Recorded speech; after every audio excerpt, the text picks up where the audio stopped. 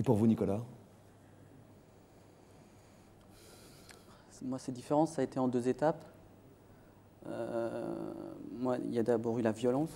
Il n'y a pas eu de séduction du tout, hein. Non, il n'y a pas eu de séduction. Vous avez été séquestré? Oui, je suis tombé dans un guet-apens et bon, j'étais un gamin, donc je ne l'ai pas vu venir. Et puis je me suis retrouvé chez lui. Il m'a monté un bateau en me disant de venir chercher mon chat qui était chez lui. Il était coincé en haut d'un placard et qui ne voulait pas se faire griffer et qui préférait que je vienne le chercher. Donc j'y suis allé et quand la porte s'est refermée, on m'a assommé. Enfin, il m'a assommé. Et en fait, je me suis retrouvé dans un endroit où j'étais bâillonné et attaché. Donc il n'y a pas de séduction là. Non. Et en fait, donc c'était d'abord par les menaces physiques, donc, et puis les menaces de s'en prendre à ma famille ou de s'en prendre à ma sœur. Donc voilà, au départ, c'était vraiment me faire peur et vraiment avoir tout ce qu'il voulait de moi. Une fois qu'il a eu ce qu'il voulait, si on peut dire ça comme ça, il a tenté de me séduire. Une fois qu'il avait eu tout ce qu'il voulait, il voulait que je revienne. Donc après, c'était depuis que tu habites ici, j'ai eu beaucoup de foudre, quand je te vois, c'est pas possible, tu me fais un effet dingue, j'avais jamais connu ça, t'as un effet sur moi, ma femme, je l'ai oubliée, il n'y a que toi, je pense qu'à toi tout le temps. Regarde, j'ai des photos de toi partout. Donc il y avait des photos de moi quand j'allais à l'école, des photos de moi quand j'étais en forêt en train de faire du vélo. Donc il vous suivait? Apparemment, il me suivait, enfin je m'étais rendu compte de rien. Et des photos de moi aussi dans ma chambre, puisque il était face à ma chambre. Enfin, c'était votre voisin immédiat, oui, quoi. c'était... Ça se passait à quelques mètres de chez vous. C'est ça, oui.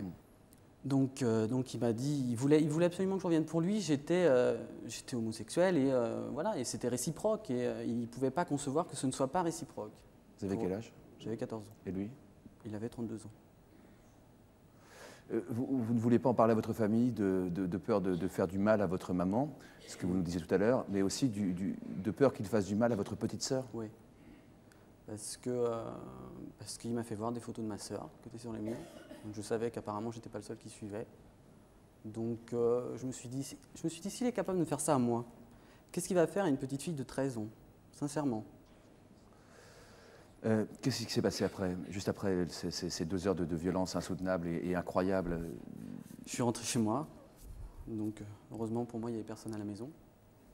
Donc je peux dire que j'ai eu vite fait de me mettre sous la douche et de rester un bon moment sous la flotte.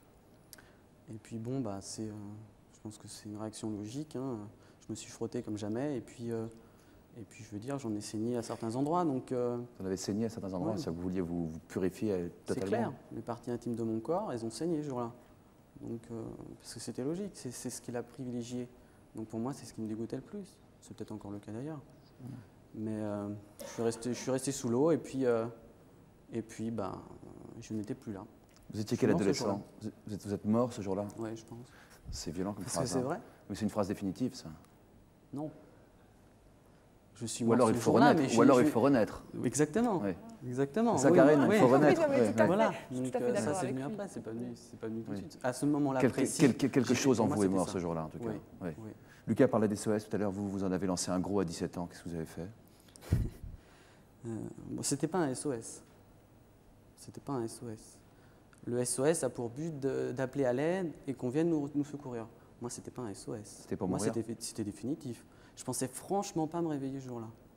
Donc, par un concours de circonstances, on avait une invitation, mes parents m'ont réveillé et voilà, c'est arrivé. Donc, ils ont pris conscience dans quel état j'étais.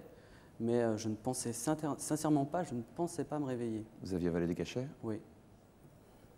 Et vous êtes réveillé dans quel état et quand? Je me suis réveillé, en fait, il y a eu plusieurs phases parce que quand mes parents m'ont réveillé, j'avais l'impression d'être un zombie et de n'être plus là. J'entendais plus rien, je ne voyais plus rien. J'étais à l'intérieur de moi et ça bouillonnait. Et en fait, après, mes parents m'ont emmené à l'hôpital et j'ai fait un arrêt cardiaque et je me suis retrouvé dans le coma pendant une journée. Et en fait, quand je me suis réveillé, ça a été très difficile. Le réveil a été très dur parce que je ne pensais pas me réveiller déjà. Donc pour moi, c'était un échec. Donc je ne pensais franchement pas me réveiller. Donc quand je me suis retrouvé à l'hôpital, je me suis dit non, c'est pas possible. Je me suis dit, tu t'es loupé, franchement être con, quoi. Donc je m'en suis voulu énormément. Vous en avez parlé à ce moment-là? Oui. Vous avez dit pourquoi vous avez fait ça? Une charmante psychologue qui est venue me voir tout de suite. Et je lui ai dit, je ne sais pas pourquoi, c'est la première chose que j'ai dit. Elle m'a dit, pourquoi vous avez fait ça? Elle avait un regard gentil. Je lui ai dit, j'étais encore dans les vapes, donc je ne me contrôlais pas non plus. Je lui dis ça et je lui Vous dis dites, j'ai été surtout, violée, surtout le dites pas à mon père. Surtout le dites pas à mon père. Parce que ma mère l'avait su 3 semaines avant chez le médecin, mais bon, elle avait eu beaucoup de doutes. Donc tout ça, ça s'est précipité très vite. J'ai vu le médecin. Quand je me suis rendu compte que ma mère était au courant, ça faisait beaucoup de pression pour moi. J'avais peur que le médecin en parle à l'autre. Donc je me suis dit, il faut faire quelque chose. Donc je l'ai fait. Et en fait, quand elle a été... la psychologue m'a dit, vous inquiétez pas, c'est le secret, j'en parlerai surtout pas. Elle est sortie de la chambre, elle est revenue 5 minutes après. Votre père, je viens de lui dire, ça va. Je veux dire, il voyait bien qu'il y a quelque chose qui n'allait pas. Vous inquiétez pas, il vous en veut pas du tout.